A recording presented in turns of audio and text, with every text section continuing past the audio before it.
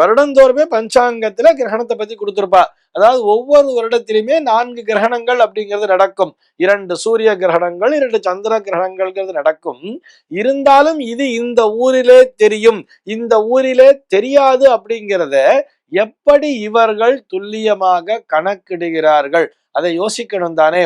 அதாவது ஒரு ராகுவினுடைய சாரம் ஒரு கேத்துவனுடைய சாரம்ங்கிறதுல நம்ம கணக்கு போட்டுட்டே வந்துடுறோம். சரி, அதோடு சூரியனோ அல்லது சந்திரனோ இணையும் பொழுது, அதாவது சூரியன் ராகுவோட சேர்ந்திருக்கார், சந்திரன் கேத்துவோட சேர்ந்திருக்கார் அப்படின்னு சொல்லி பார்க்கும் பொழுது, அது ஒரு பௌர்ணமி நாள்ல வர்றது அப்படின்னு சொன்னா அந்த சந்திர கிரகணமானது கேத்து கிரஸ்தம் அப்படிங்கிற பேர்ல போட்டிருப்பா. ஏன்னா சந்திரனோட கேத்து சேர்ந்திருக்கார் அப்படிங்கிற மாதிரி.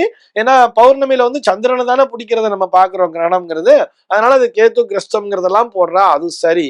ஆனால் இந்த ஊரிலே தெரியும், இந்த ஊரிலே தெரியாதுங்கிற கணக்க எதை வச்சு சொல்றாங்கிறத பார்க்கணும் இல்லையா? இதுவும் அறிவியல் கணக்கீடு தானே. சரி, தெரியறது ரைட்டு, இதெல்லாம் பஞ்சாங்கம் துல்லியமா கணக்கு போட்டு சொல்லிட்டா அவங்க கிட்ட இருக்கிற கணக்கு ரைட்டு. ஆனால் இந்த கிரகணத்திலே குழந்தைகள் பிறக்கும் பொழுது அந்த குழந்தைகளினுடைய உடல்நிலையோ அல்லது மனநிலையோ பாதிக்கப்படும் சொல்றாளே, இது உண்மையா அப்படின்னு சொல்லி கேட்டா நிச்சயமாக இதை குறித்து ஒரு ரிசர்ச்சே பண்ணலாம், ஒரு பிஹெச்டிங்கிறத தாராளமா பண்ணலாம். கிரகண காலத்திலே பிறந்த குழந்தைகள் அப்படின்னு எடுத்துக்கணும். ஆனா கிரகண காலத்திலே பிறந்த எல்லா குழந்தைகளுக்குமே இது போன்ற பாதிப்புகள் என்பது இருப்பதில்லை. அதையும் ஏற்றுக்கொள்ளத்தான் வேண்டும். ஏன் பாதிப்பு இருக்கிறது இல்லைன்னு சொன்னா அவர்களுடைய லக்ன பாவகம் என்பது அவர்களை காப்பாற்றி விடுகிறது. இப்ப நம்ம உதாரணத்திற்கு ஒரு சந்திர கிரகண நாளிலே பிறந்த குழந்தைகளையே எடுத்துக்கொள்வோம்.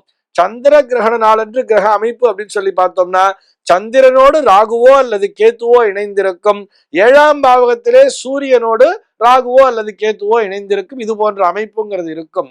ஒரு கேத்து கிரஸ்த சந்திர கிரகண நாளிலே லக்ன பாவகத்திலேயே சந்திரனும் கேத்துவும் இணைந்து 7லே ராகுவும் சூரியனும் இணைந்திருக்கக்கூடிய அந்த குழந்தைகள் சர்வ நிச்சயமாக தங்களுடைய மனநிலையில் பாதிப்பினை எதிர்கொள்கிறார்கள். இதிலே எந்த சந்தேகமுமே கிடையாது. ஏன்னா லக்னத்திலேயே சந்திரனும் கேத்துவும், அதுவும் அந்த லக்ன புள்ளியும் அதோடு இணைகின்ற பட்சத்துல பார்த்தோம்னா அவர்களுடைய மனநிலையிலே மாற்றம் என்பது இருக்கத்தான் செய்கிறது. அந்த சந்திர திசையோ அல்லது கேத்து திசையோ வரும் பொழுது நாங்க ஒரு டிப்ரெஷனுக்குள்ள போயிட்டோம், அதுக்காக நாங்க போய் கவுன்சிலிங்க்கு போனோம், பிளஸ் நாங்க சைக்காட்ரிக் மெடிசின் எடுத்துட்டு இருக்கோம்னு சொல்றவாள நிறைய பேரை பார்க்க முடியும்.